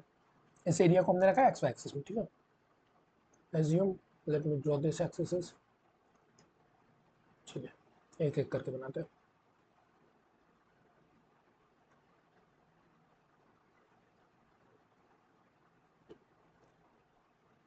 एक्स वाई एन जी, ठीक है। मैंने ये एरिया कहाँ रखा? एक्स वाई एक्सिस में रखा हुआ। मान लीजिए 2 मीटर स्क्वायर का एरिया है और इसको मैंने रख दिया एक्स वाई एक्सिस में। एक्स वाई आप ऐसे समझिए, एक्स वाई की प्लेन ऑफ द पेपर है, पेपर के प्लेन में रखा है, जेड एक्सिस इज परपेंडिकुलर, ठीक है। This is my X Y plane, ठीक है। अब इसमें से नॉर्मल एक वेक्टर डालेंगे तो वो किधर की तरफ पॉइंट करेगा? If this is my X Y axis, वही इस पे जो परपेंडिकुलर डाला जाएगा वो किधर की तरफ पॉइंट करेगा? That is outside, that is towards the Z axis. So इस एरिया को अगर मुझे लिखना होगा एरिया वेक्टर के फॉर्म में, then I can write it as 2 towards the z axis, that is k cap metre square. Electric field मुझे पता है is 3 I cap minus 2 J cap and plus 4 K cap. Just dot product लेंगे हम, five बराबर ई dot ए करेंगे क्या हो जाएगा मेरा के कैप के साथ मल्टीप्लाई होगा 8 newton metre square per coulomb is my answer. Okay, things are clear I guess. ठीक है, चीज़ें क्लियर हैं आई गेस। ठीक, चलिए moving forward. A hemispherical shell. ठीक है, ये क्वेश्चन देखिए, ये इस चीज़ से आपको बहुत कुछ क्लियर होंगे और हर एक क्वेश्चन जो यहाँ पे बना रहा हूँ मैं वो आपको आगे हेल्प करने वाली घोंसलों को समझने में, अच्छे तरीके से समझने में। ठीक है, चलिए देखिए, एक स्फेरिकल शेल रखा गया है, रेडियस आर है, सॉरी हेमिस्फेरिकल शेल रखा गया है जिसका रेडियस कितना दिया हो, आर दिया गया। The radius of this shell is R. Hemispherical shell है, क्लियर है ये चीज़। Is placed in uniform electric field, ये इलेक्ट्रिक फील्ड का डायरेक्शन दिखा रहा है, this white colour arrow denotes the direction of electric field. Okay, find the flux through the hemisphere. इस हेमिस्फीयर से कितना फ्लक्स पास करेगा, तो मुझे पता है, मुझे पता है। अब इस एरिया से जितना फ्लक्स पास करेगा, जितना फ्लक्स इस एरिया से पास करेगा उतना ही फ्लक्स इस एरिया से निकलेगा भी। एम आई राइट और नॉट? फिगर को गौर से देखिएगा, मेरी बातों को, लुक एट द लेजर। जितना फ्लक्स इस एरिया से पास करेगा उतना ही फ्लक्स इस एरिया के थ्रू भी पास करेगा। चीज़ें समझ में आ रही है, क्योंकि फील्ड लाइन्स ऐसे पड़ रही हैं, फील्ड लाइन्स ऐसे गिर रही हैं, गिर रही हैं, गिर रही हैं। जितना फ्लक्स इस एरिया से पास करेगा उतना ही फ्लक्स इस एरिया से भी तो पास करेगा, उतने ही फील्ड लाइन इधर से भी तो निकलेंगे। चीज़ें क्लियर हैं क्या? आई गेस चीज़ें क्लियर हैं। देखिए सवाल को कैसे बनाएंगे कि एक इलेक्ट्रिक फील्ड में रखा गया फ्लक्स हमें निकालना है थ्रू द हेमिस्फीयर। फाई बराबर मैं क्या कर दूंगा, ई इंटू ए। ओके, ई इंटू ए। अब फाई जो होगा क्या होगा, ई, और एरिया कितना हो जाएगा बच्चा, मुझे इसका एरिया तो पता नहीं है। ठीक है, सो मैं क्या करूँगा, इसका एरिया मल्टीप्लाई करूँगा। What is the area of this shell, what is the area of this thing, this area comes out to be 4 pi, this area comes out to be sorry pi R square. So flux कितना हो जाएगा, E into pi R square. This is the electric flux through the hemispherical shell. Hemispherical shell, shell की बात हो रही है, आप shell को कैसे समझिएगा, assume shell as something like this। कैसे मैं समझाऊं, this, ये शेल है, दिस इज हेमिस्फेरिकल शेल। बस आउटर कवर है, बेस कुछ नहीं है, बेस खाली है, आउटर कवर है। This is hemispherical shell. नारियल का जो बाहर का हिस्सा रहता है दैट इज शेल। ठीक है, हेमिस्फेरिकल शेल, नीचे का हिस्सा खाली। ओके, चलिए next question. A solid hemispherical shell is placed in uniform electric field. Okay, ठीक है, चलिए just a minute. A solid hemispherical shell is placed in uniform electric field E। ठीक है, find the flux through the hemisphere. अब hemisphere की बात हो रही है, सॉलिड हेमिस्फीयर की। लास्ट क्वेश्चन में क्या बात हो रहा था, सेल की, हेमिस्फेरिकल शेल की। इस क्वेश्चन में क्या बात हो रहा है, हेमिस्फीयर की। व्हाट इज हेमिस्फीयर, हेमिस्फेरिक, बस ये शेल है ना बच्चा, if this is my shell, इसी को सॉलिड कर देना है, एज इन अंदर फील्ड है मटेरियल, ये बेस भी कवर्ड है पूरा, this is solid, this is hemispherical shell, this is okay. इसको अगर हेमिस्फीयर के शेप में डाल दिया जाए तो ये सॉलिड है पूरा, this is hemispherical, solid hemispherical. ठीक है, इसको इलेक्ट्रिक फील्ड में रखा गया। Find the flux through the hemisphere. हमको क्या निकालना है, फ्लक्स निकालना है। देखिए अब इस केस में हो क्या रहा है चीज़, वो समझने का कोशिश कीजिएगा, आपका आधा से ज़्यादा गॉस लॉ क्लियर हो जाएगा। आधे से ज़्यादा गॉस लॉ में आपको दिक्कत नहीं होगा। ठीक है, देखिए ये सरफेस है मेरा, this is my surface hemispherical, ऊपर वाला सरफेस जिसमें फील्ड लाइंस इंटर कर रहे हैं, जिसमें फील्ड लाइंस इंटर कर रहे हैं, फील्ड लाइंस इंटर कर रहे हैं इसमें। ठीक है, मान लेते हैं इसका फील्ड लाइंस जो होगा, इसका फ्लक्स होगा फाइव, इसका फ्लक्स कितना होगा फाइव। ठीक है, अब जितने फ्लक्स इंटर करेंगे उतने ही फ्लक्स क्या होंगे बच्चा, बाहर भी निकलेंगे, बाहर भी निकलेंगे। यानी कि फ्लक्स जो इंटरिंग है वो और फ्लक्स जो लीविंग है वो दोनों क्या होंगे, इक्वल होंगे। फ्लक्स जो इन कर रहे हैं और फ्लक्स जो बाहर निकल रहे हैं वो क्या है, बराबर है। अब अभी जस्ट हमने पढ़ा था आने वाले फ्लक्स को we take that as negative, आने वाले फ्लक्स को we take that as negative, जाने वाले फ्लक्स को we take that as positive. ये चीज़ आपको दिखा देता हूँ मैं, कहाँ गया कहाँ गया कहाँ गया, ठीक है। आउटगोइंग फ्लक्स, जाने वाले फ्लक्स को हम लोग क्या लेते हैं पॉजिटिव, यानी कि इस एरिया से बाहर निकल रहा है flux that we take as positive, इस एरिया में अंदर जा रहा है that we take as negative, ठीक है। इसी तरीके से इस एरिया में अंदर जा रहा है that we take as negative entering, और इस एरिया से निकल रहा है that we take as positive, ठीक है। देयरफॉर फाई टोटल बराबर this is my phi 1 and this is my phi 2, ठीक है। अब जितना इन करेगा उतना ही आउट करेगा, जितना इन करेगा उतना ही आउट करेगा। So phi 1 is equal to phi 2, और फाई 1 मेरा क्या है positive, phi 1 sorry phi 1 is negative and phi 2 is positive, ठीक। So assume this as phi 1 is equal to E into pi R square negative का, and phi 2 is equal to E into pi R square positive का। Just हमने पीछे वाले case की तरह copy कर दिया इसे, ठीक है। अगर नेट फ्लक्स की बात की जाए, फाई नेट बराबर, फाई नेट तो solid hemisphere, phi net S H solid hemisphere कितना हो जाएगा बच्चा, phi 1 plus phi 2 total flux that is minus E pi R square और plus E pi R square, things will get cancel out and we need net flux at zero. यानी कि अगर flux जितना इन कर रहा है, अगर कोई भी सॉलिड सरफेस है तो उसमें जितना फ्लक्स इन कर रहा है उतना ही आउट कर रहा है। इस केस में क्या था, हॉलो था, हमारे क्वेश्चन में लिखा हुआ हॉलो है, शेल है, क्या शेल है, तो हमने उसे सेल की तरह ट्रीट किया। ये सॉलिड सरफेस है तो हमने सॉलिड की तरह ट्रीट किया, ठीक है। देखिए यहाँ से एक कंक्लूजन आता है कि when ever close surface, close surface का मतलब जिसका वॉल्यूम क्या हो, जीरो ना हो।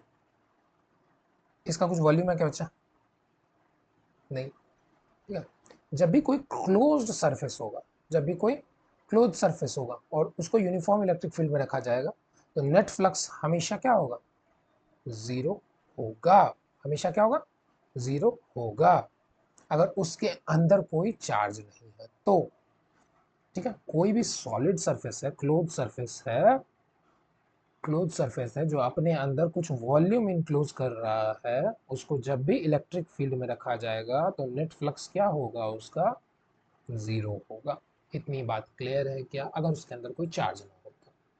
I hope this things make a valid point two you, ठीक है। यहाँ से जस्ट आप इस दोनों एग्जांपल से आप ये चीज कंक्लूड कर सकते हैं, ठीक है। हॉलो है, हैव सम फ्लक्स, सॉलिड है, have no flux, the net flux is zero, क्योंकि जितना इनकमिंग होगा उतना ही आउटगोइंग होगा। अब सिमिलरली ये क्वेश्चन आप देख सकते हैं, अ कोन, एक कोन है जिसका रेडियस क्या है, रेडियस आर है, हाइट एच है, दिस इज द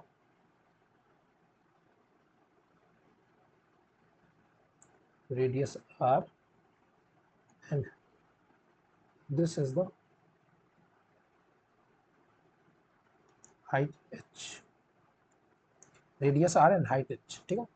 इसको एक यूनिफॉर्म इलेक्ट्रिक फील्ड में रखा गया है, फ्लक्स निकालना है। Late me draw cone at first, ठीक है।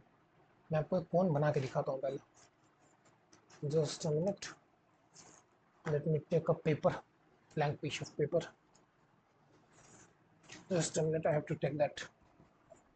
देखो बच्चा, ये मैंने बनाया तुम्हारे लिए कोन, ठीक है। ये मैंने क्या बनाया, cone, I think this is visible, ठीक है। जब इसी कोन को मैं 2D प्लेन में देखूंगा, जब इसी कोन को मैं किस में देखूंगा, 2D प्लेन में देखूंगा, ये कोन है, ठीक है। इलेक्ट्रिक फील्ड लाइन इस पर पड़ रही है, ठीक, इलेक्ट्रिक फील्ड लाइन इस पर पड़ रही है। अब ये दूर से आपको दिखने में कैसा लग रहा है, ये कोन जस्ट 2D फिगर की अगर मैं बात करूँगा, राइट एंगल ट्रायंगल की तरह देखिए, ये ट्रायंगल दिख रहा है आपको क्या, ये triangle with base 2r, with base 2r and height h, ठीक है, with base 2r and height h, ये ट्रायंगल की तरह आपको दिख रहा है क्या, with base 2r and height h, height h, ठीक है। अब ये जो आपको दिख रहा है this area, I am talking about this area, flux इसी एरिया से पास करेगा, as you can see from this figure, flux इसी एरिया से पास करेगा, this is the area through which flux will pass, flux इसी area से pass करेगा and it is a triangular part, it is a triangular part. Let me draw that part. Okay, the base is 2r,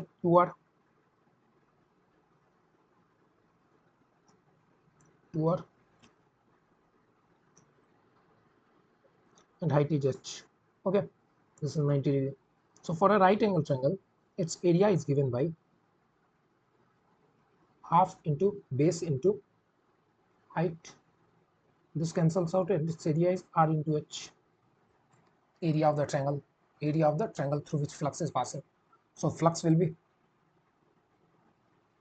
well, flux electric will be E dot E, that is E is E into area is r into h. This is the flux, net flux. Clear? I hope things are making clear. ठीक है, चलिए moving forward, हम लोग अब किधर आते हैं, Gauss law पे, गॉस थ्योरम पे, गॉस लॉ, गॉस थ्योरम, जो भी whatever you want to call it. Okay, what does the thing says. चलिए, गॉस लॉ कहता क्या है, अगर अगर एक क्लोज्ड स्फीयर है, मान लीजिए एक चार्ज रखा हुआ है, ठीक है, एक चार्ज रखा गया, ठीक है, और इसके कारण हमको इलेक्ट्रिक फ्लक्स निकालना है, इसके कारण हमको क्या निकालना है, इलेक्ट्रिक फ्लक्स निकालना है. इस चार्ज के कारण आपको क्या निकालना है, इलेक्ट्रिक फ्लक्स निकालना है. तो आपको करना क्या है, नेट इलेक्ट्रिक फ्लक्स किसी भी चार्ज के कारण जो हमें निकालना है, net electric passing through any closed imaginary surface, any closed imaginary surface is 1 by epsilon naught times the total charge enclosed by it. शब्दों में मैं समझाता हूँ कि फ्लक्स जो पास करेगा किसी भी क्लोज सरफेस से, क्लोज्ड इमेजिनरी सरफेस से, फ्लक्स जो पास करेगा किसी क्लोज्ड इमेजिनरी सरफेस से, इस इमेजिनरी सरफेस को हम लोग क्या नाम दिया, गॉसियन सरफेस, जी सरफेस. ठीक है, this imaginary surface is called Gaussian surface. इसके बारे में हम लोग चर्चा करेंगे आगे, what is that surface and what are the properties of that surface, उसके बारे में लोग बात करने वाले. ठीक है, जो फ्लक्स पास करेगा एक इमेजिनरी सरफेस से, वो कितना होगा, जो चार्ज उस इमेजिनरी सरफेस के अंदर होगा, by epsilon naught, 1 by epsilon naught times q enclosed inside the sphere. This is the formula for electric flux. और इसका एक और फॉर्मूला हमने पढ़ा था, फ्लक्स का फॉर्मूला क्या होता है, ई डॉट ए, पढ़ा था, ठीक है. चलिए, अब इसका अगर प्रूफ हमसे पूछा जाएगा, प्रूफ करने का तो जगह ही नहीं है गाइस, मैं कहाँ प्रूफ करूँ guys, just a minute, hold on for a minute, मैं प्रूफ कहाँ करूँ, नहीं प्रूफ कर दूंगा या मैं प्रूफ आगे कर दूंगा. ठीक है, इसको हम लोग पढ़ते हैं, पहले प्रॉपर्टीज के बारे में पढ़ते हैं इसके, उसके बाद फिर प्रूफ आगे हम लोग कर लेंगे गॉस थ्योरम का.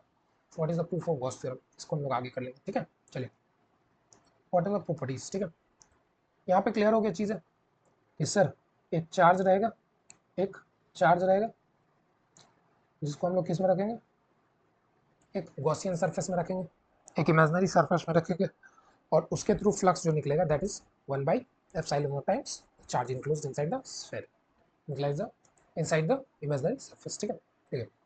Flux through Gaussian surface is independent of the location of charges with in Gaussian surface. इसके बारे में मैंने आपको बताया कि फ्लक्स जो पास करेगा वो चार्ज आप यहाँ रखिए, या यहाँ रखिए, या यहाँ रखिए, यहाँ रखिए, यहाँ रखिए, यहाँ रखिए, यहाँ रखिए, यहाँ रखिए, यहाँ रखिए, कहीं पे भी रखिए, आपका फ्लक्स, जस्ट हमने इलेक्ट्रिक फील्ड अभी पढ़ रखा है, इलेक्ट्रिक फील्ड में हमने पढ़ा था कि चार्जेस के लोकेशन यहाँ रखिए, फील्ड लाइन सेम पास करेंगे, यहाँ रखिए फील्ड लाइन सेम पास करेंगे, यहाँ रखिए फील्ड लाइन सेम पास करेंगे, यहाँ रखिए फील्ड लाइन सेम पास करेंगे, यहाँ रखिए फील्ड लाइन सेम पास करेंगे. अगर फील्ड लाइन किसी एरिया से सेम पास करिए दैट मीन्स फ्लक्स उसका सेम होगा, दैट इज फ्लक्स उसका क्या होगा, सेम होगा. ठीक है, यही कहना चाह रहा है ये statement. Electric flux through Gaussian surface is independent of the location of charges with in the Gaussian surface. ठीक है, electric flux through Gaussian surface is independent of the shape and size of Gaussian surface. Flux उस surface से कितना पास करेगा, ये independent होगा Gaussian surface के shape से. जो इमेजिनरी सरफेस हम एज्यूम करेंगे उसके शेप से वो क्या होगा, इंडिपेंडेंट होगा, उसके डिपेंड नहीं करेगा शेप पे. यहाँ पे देखिए कुछ आर्बिट्ररी शेप बनाया गया, यहाँ पे स्फेरिकल बनाया गया, यहाँ पे भी कुछ आर्बिट्ररी बनाया गया, यहाँ पे पिरामिड बनाया गया, शेप पे बिल्कुल डिपेंड नहीं करेगा. ओके, चलिए, in Gauss theorem E due to all charges but flux flux due to enclose charges only, ठीक है, ब्लड flux enclosed, but flux is due to, ऐसे लिखिए इसको, flux is due to enclosed, due to enclose charges only, ठीक है, इसको आप मिटा भी सकते हैं, ठीक है, इसको मैं मिटा ही देता हूँ, flux is due to enclose charges only, ठीक है। चार्ज कितना इनक्लोज कर रहा है उस पर ही डिपेंड करेगा, ठीक है, अंदर कितना चार्ज है उस सरफेस के अंदर कितना चार्ज है, बाहर कितना चार्ज है उससे फर्क ही नहीं पड़ेगा। क्यों नहीं फर्क पड़ेगा सर, ये सवाल बहुत ही इंटरेस्टिंग है सर, बाहर कितना चार्ज है इस पर क्यों नहीं फर्क पड़ेगा। मान लीजिए ये एक चार्ज है, इससे मैंने बोला 10 फील्ड लाइंस निकलेंगे, 10 फील्ड लाइंस निकले, अब इसी चार्ज को मैंने बाहर रख दिया, ये मैंने सरफेस के बाहर रख दिया, भाई इमेजनरी सरफेस है नहीं है, ये मैं कैसा भी बना सकता हूँ, ऐसा बना दिया, इस चार्ज को मैंने बाहर रख दिया, अभी भी इससे 10 फील्ड लाइन निकल रही है, बट इस सरफेस को पार कितने कर रहे हैं, मान लीजिए 5 पार कर रहे हैं। अब यहाँ से आप एक पिक्चर में देख सकते हैं कि ये incoming flux negative, outgoing flux positive, incoming flux negative, outgoing flux positive, incoming flux negative, outgoing flux positive, यानी कि जितना इनकमिंग है उतना ही आउटगोइंग फ्लक्स है, जितना इनकमिंग है उतना ही आउटगोइंग फ्लक्स है, तो total flux will be zero, total flux will be zero, total flux कितना होगा बच्चा, जीरो होगा, ठीक है। यहाँ से इसी के लिए फ्लक्स जब टोटल जीरो हो गया तो इसी के लिए बोला जाता है कि चार्ज अंदर कितना है उसी पे डिपेंड करेगा, बाहर वाले पे बिल्कुल डिपेंड नहीं करेगा, ठीक है। नेक्स्ट पॉइंट, मैंने imaginary close surface placed in an external electrode, net flux passing through it will be zero, and if net flux is zero definitely charges is enclosed by the closed surface, ठीक है। देखिए imaginary closed surface placed in an external electric field, the net flux passing through it will be zero, जब कोई भी closed sphere है उसको हम external electric field में डाल दिए हैं, उसको हम एक्सटर्नल इलेक्ट्रिक फील्ड में डाल दिए हैं, कोई एक्सटर्नल इलेक्ट्रिक फील्ड में इसको हम डाल दिए हैं, ठीक है। तो net flux passing through it will be zero, जितना इनकमिंग फ्लक्स है उतना ही आउटगोइंग फ्लक्स है, नेगेटिव पॉजिटिव, ठीक है, negative quantity negative 5 positive 5, this comes out to be zero, ठीक है, net flux will be zero, and if the net flux is non zero, अगर नेट फ्लक्स नॉन जीरो है, net flux non zero है तो यहाँ पे कुछ charge होगा, यहाँ पे चार्ज होगा, इसके कारण से फील्ड लाइंस निकलेंगे, तभी फ्लक्स नॉन जीरो आएगा, वरना फ्लक्स नॉन जीरो नहीं आएगा। क्लियर है इतना चीज़, I hope things are making sense to you, ठीक है। चलिए इतना चीज़ क्लियर है आई गेस, ठीक है। चलिए proof of Gauss law, most important है proof of Gauss law,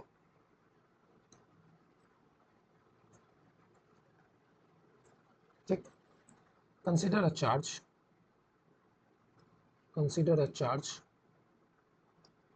q enclosed inside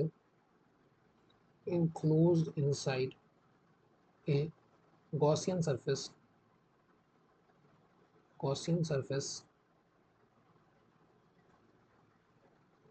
spherical surface में मान रहा हूँ इसे, spherical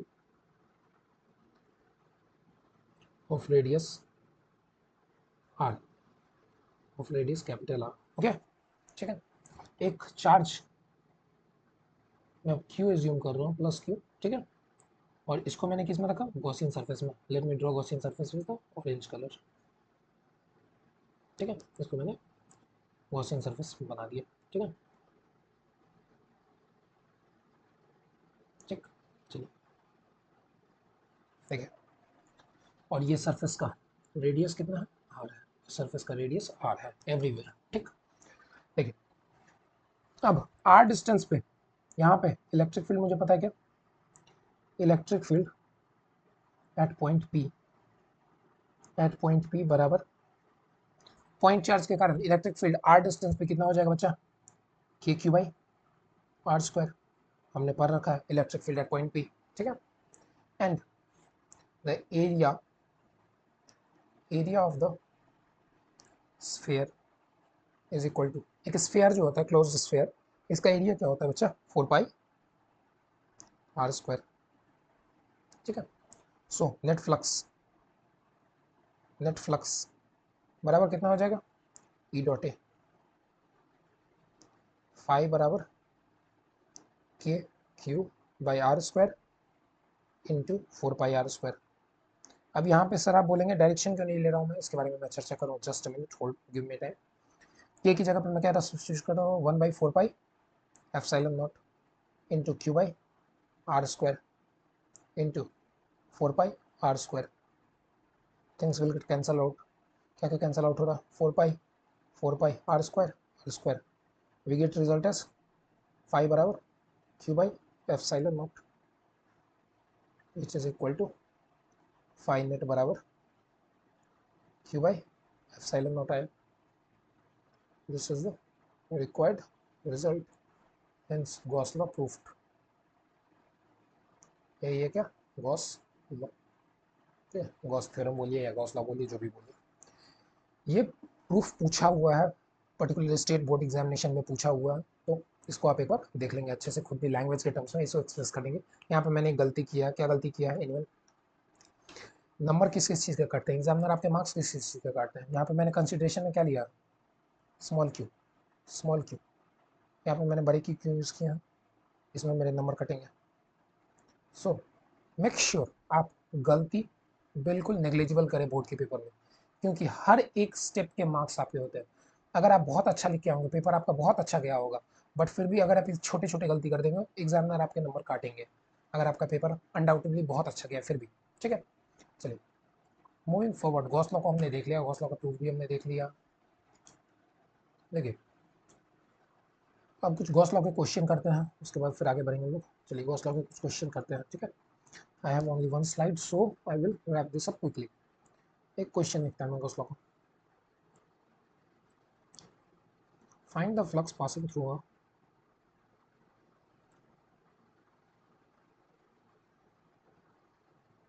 through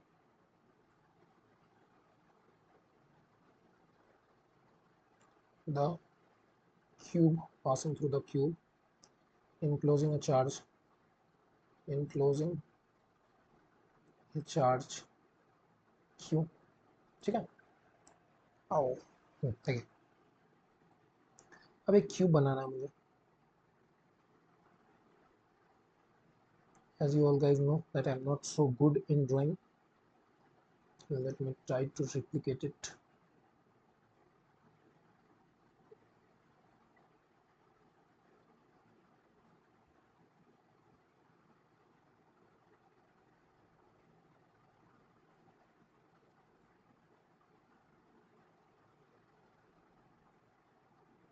ठीक है, इसके अंदर मैं क्या करूँगा, एक क्यू चार्ज डाल देता हूँ। ठीक है, सो फ्लक्स फाई टोटल बराबर Q that is enclosed by epsilon naught. This is magnitude of flux that is passing through the cube. ठीक है, अब इसी के कुछ कुछ क्वेश्चन पूछ दिए जाते हैं that flux through each faces, flux through each face. अब देखिए इसमें कितने फेसेस होते हैं, एक क्यूब होता है उसमें कितने फेसेस होते हैं। अब इसको काउंट भी कर सकते हैं, जैसे कि मान लीजिए ये, let me talk about cuboid, ये मेरा वॉच है, this is a cuboid in shape. Okay, cube cuboid में बस लेंथ की डिफरेंस होते थे। ठीक है, इसको आप काउंट कीजिए। Face number 1, just a minute, face number 1, face number 2, face number 3, face number 4, face number 5, face number 6, यानी कि इसमें कितने फेसेस हैं टोटल, 6 फेसेस हैं। 6 फेसेस के थ्रू फ्लक्स कितना पास कर रहा है, flux through 6 faces, flux through 6 faces. अब 6 फेसेस के थ्रू इतना फ्लक्स पास कर रहा है, तो एक फेस के थ्रू कितना फ्लक्स पास करेगा, फ्लक्स थ्रू ईच फेस बराबर Q by 6 epsilon not, that is 5 total by 6। ठीक है, ईच फेस के थ्रू। अब इसी में आपको कभी कभी पूछ दिया जाता है क्यू के कॉर्नर पे डाला जाएगा, वो सब क्वेश्चन आपसे जेई मेंस में पूछे गए हैं बहुत बार, और उसमें बोर्ड का ज़्यादा कुछ सिग्निफिकेंस है नहीं, उसको मैं न्यूमेरिकल सीरीज में आपको करवाऊंगा। ठीक है, चलिए इसी के साथ मैं गॉस लॉ में आज के लिए इतना ही कुछ पढ़ाऊंगा। ठीक है, आगे हम लोग का एक छोटा सा टॉपिक बच जाता है, torque on a dipole in an uniform electric field. So torque, torque what do you mean bye torque. देखिए टॉर्क, अब देखिए इस पेन को देखिए, एज्यूम कीजिए ये पेन रखा गया, अब इसके इस एंड पे एक डाइपोल है ये। ठीक है, having a positive charge, having a positive in and having a negative इन। ठीक है, having a positive in and a negative इन। अब इसको हमने यूनिफॉर्म इलेक्ट्रिक फील्ड में रखा, पॉजिटिव एंड इधर की तरफ फोर्स लगाएगा QE, नेगेटिव विंड माइनस QE फोर्स लगाएगा, that is opposite direction, therefore this will be QE and this will be QE. Minus QE is just showing a different direction, ठीक है।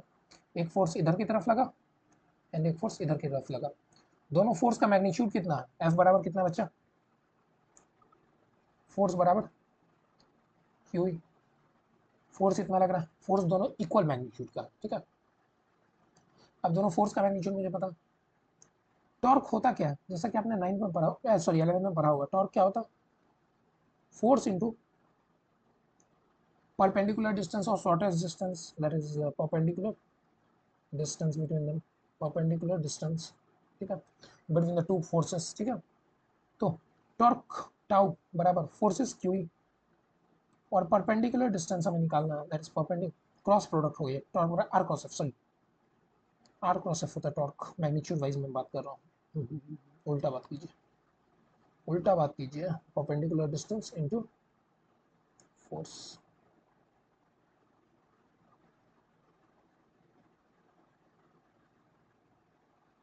Just a minute, let me use eraser,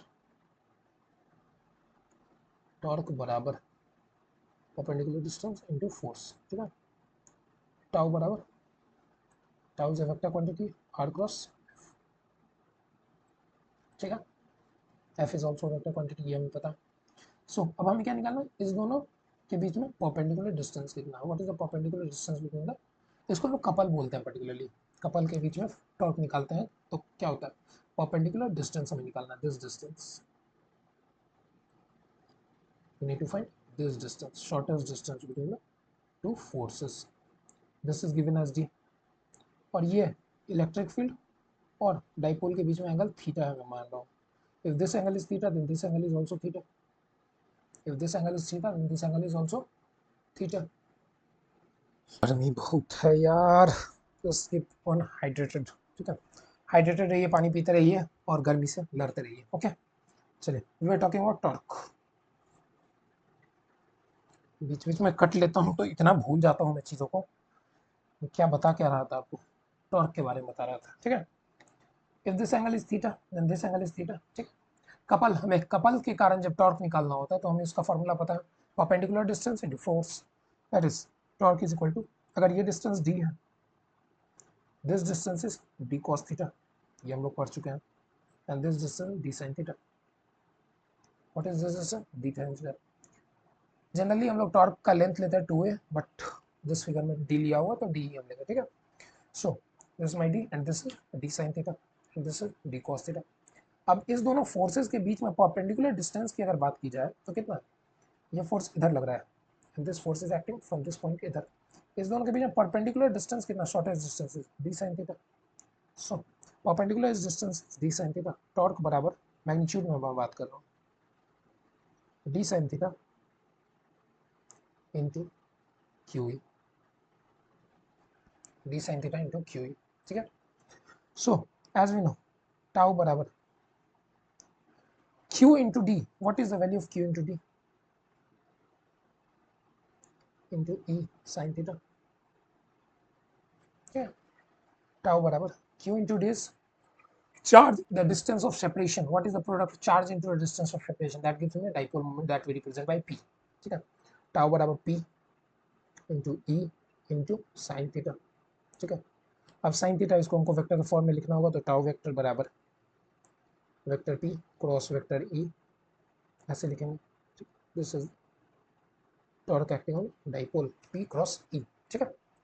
अब देखिए, अब हमसे exam में अगर ये प्रूफ करने के लिए बोला जाए 5 मार्क्स में, तो हम कैसे प्रूफ करेंगे, हमें सब कुछ एज्यूम करना पड़ेगा, assume that dipole having charge plus q and minus q separated by a distance d placed in a uniform electric field having a uniform electric field E, okay, at an angle theta, ठीक, इतना चीज लेंगे। Force acting on the positive side of the dipole, force acting on the positive side of the dipole, ऐसे लिखेंगे, force acting on the positive side of dipole, ये सब चीज़ आपको पूरा लिखना पड़ेगा, लिखने के मार्क्स मिलते हैं बोर्ड की एग्जाम में, मैं आपको समझाने के लिए यहाँ पे हेल्प कर रहा हूँ, मैं लिखवाने के लिए नहीं बैठा हूँ, ठीक है, वो चीज़ आप खुद भी कर सकते हैं। Force acting on the positive charges QE, force acting on the negative charge is minus QE, ठीक है। सो टॉर्क बराबर perpendicular distance into force, tau बराबर आर क्रॉस एफ, टाउ बराबर R is D sine theta, ये हम निकालेंगे, R is D sine theta and R cross F किया मैंने और मुझे पी क्रॉस ये आ गया टॉर्क का formula. This is the formula for torque acting on a dipole. ठीक है, I guess things are clear to you and this slide is blank, let me write it blank.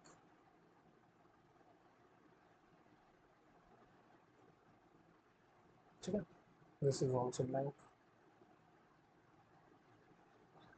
अगर summary की बात की जाए, so talking about the summary, the first thing which we have studies electric field lines के बारे में हमने पढ़ा, इलेक्ट्रिक फील्ड लाइंस के बारे में हमने पढ़ा। सेकेंड थिंग हमने क्या पढ़ा, फील्ड लाइंस के बाद आई गेस फ्लक्स के बारे में पढ़ा, इलेक्ट्रिक फ्लक्स के बारे में हमने पढ़ा।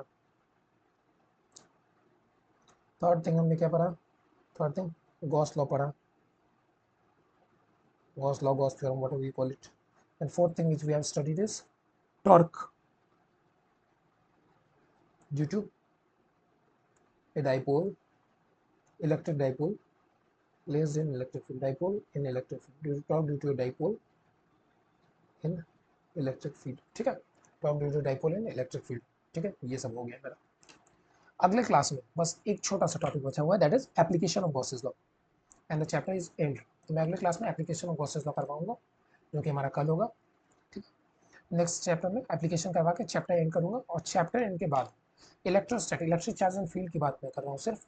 इलेक्ट्रिक चार्ज एंड फील्ड में जितने भी क्वेश्चन पूछे हुए प्रीवियस ईयर में, जितने भी क्वेश्चन पूछे गए कहाँ पे, प्रीवियस ईयर में पूछे गए, वो सारे मैं आपको क्लास में लेक्चर के अंदर करवाऊंगा। ओके, उसके बाद फिर अगर कैरी फॉरवर्ड हो तो हम न्यूमेरिकल सीरीज भी करेंगे आगे की क्लास में। ठीक है, चलिए, thank you all for joining. अगर आपको नोट्स चाहिए तो आप सिंप्लीफाई टेलीग्राम चैनल से प्राप्त कर सकते हैं। Okay, all the lectures are available with you on Simplify YouTube channel. ठीक, चलिए, thank you all for joining, have a good day.